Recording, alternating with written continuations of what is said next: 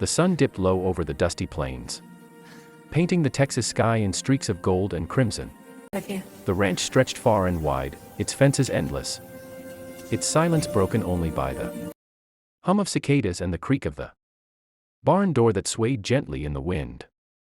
Inside that barn stood a man, broad-shouldered, dust-streaked, and dangerous in the kind of way that made women forget how to breathe.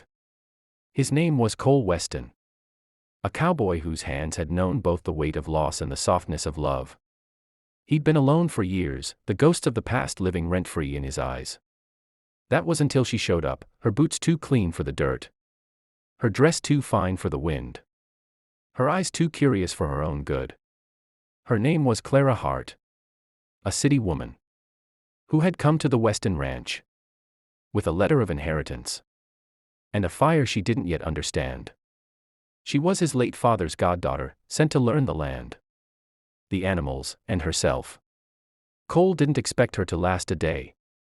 But by sundown, she was still there, hair tangled, cheeks flushed, defiance glimmering beneath the sweat on her skin.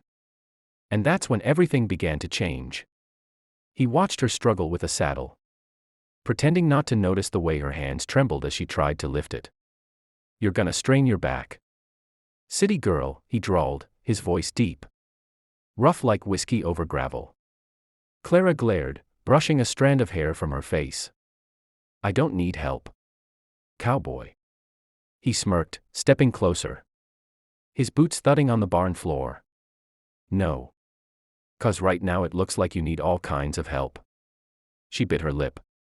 And that one small act made the air between them thicken. There was something dangerous about the way he looked at her, like he'd seen women try to play tough before, but none who made him want to test just how tough they really were. The saddle slipped from her grasp, and before it hit the ground, his hands caught it, and her wrist. For a second, they were inches apart. The smell of hay, sweat, and slow-burning temptation filled the space. "You don't know this place," he said softly. "And this place doesn't know you." "Then teach me," she replied, her voice trembling but steady enough to make his jaw tighten. He dropped the saddle onto the horse's back and leaned close enough for her to feel his breath. "You sure you're ready for what comes with learning, Clara?" She looked up, eyes locking with his. "Try me." That night, a storm rolled in. Rain hit the tin roof of the ranch house. Lightning flashed, and somewhere in the darkness, Clara's heart pounded faster than the thunder. She couldn't sleep. Not after the way he'd looked at her in that barn. Not after the way her body had responded to a man she barely knew. She walked downstairs, her silk nightgown brushing against her knees, her bare feet cold on the wood floor. The storm outside howled, but inside, the world was silent, except for the low strum of a guitar coming from the living room. Cole sat by the fireplace, shirt unbuttoned, playing softly, his eyes lost in the flames. She stood in the doorway, watching him. He didn't look up, but he knew she was there. "Can't sleep," he murmured. "Maybe it's the thunder," she said. "Or maybe it's something else." He stopped playing and looked at her. Lightning flashed across his face, catching the faint smirk that curved his lips.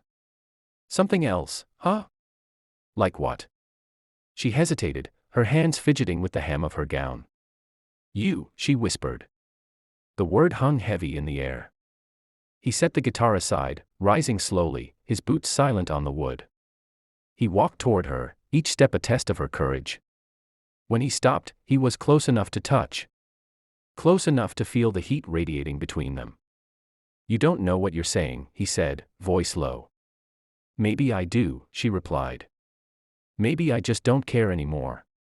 He took a breath, his hand lifting to brush her cheek, rough thumb tracing her jawline. "Clara," he said quietly, "you come any closer, there's no going back." She bit her lip again, nervous, wild, trembling, and that's when she asked it. "Cowboy," she breathed, "what happens after I undress?" The corner of his mouth curved upward, slow and dangerous. "Then," he said, voice thick as smoke, "you'll know desire." The thunder cracked outside, and for a moment, The world seemed to hold its breath. He didn't touch her again, not yet. He just looked at her like she was a question he'd been afraid to answer. She felt her heartbeat echo in her throat. Her chest rising and falling with something that wasn't fear, it was hunger. Not just for him, but for the part of herself she'd never let free. He reached for her hand, guiding her closer to the fire. Desire, he said, ain't about taking. It's about surrender. She met his gaze, her voice barely a whisper. Then maybe I'm ready to surrender. He smiled faintly, a cowboy's kind of smile, soft, steady, a little broken. You sure you're ready to handle me? He asked. You look like you've been handled by books. Not by fire. She laughed nervously. Maybe I need to learn what fire feels like.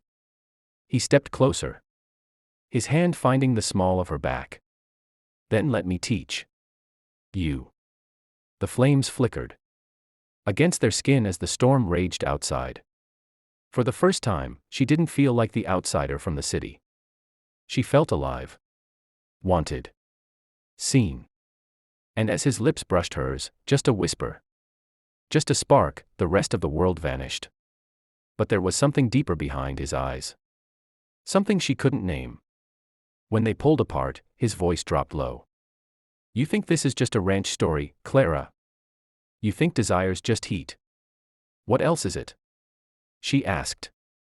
It's healing, he said. It's letting someone close enough to see your scars and not flinch. She looked at him, her eyes softening. Then show me yours. He turned toward the fire, jaw tight. Some scars ain't for showing. Then I'll wait, she said simply. He smiled again, not the dangerous one this time, something gentler. Your trouble, he muttered. Good, she whispered. I was tired of being safe. The storm began to fade, replaced by the soft hum of the morning wind. He poured her coffee the next day. And when their hands brushed, neither pulled away. She'd come to the ranch looking for answers about her inheritance.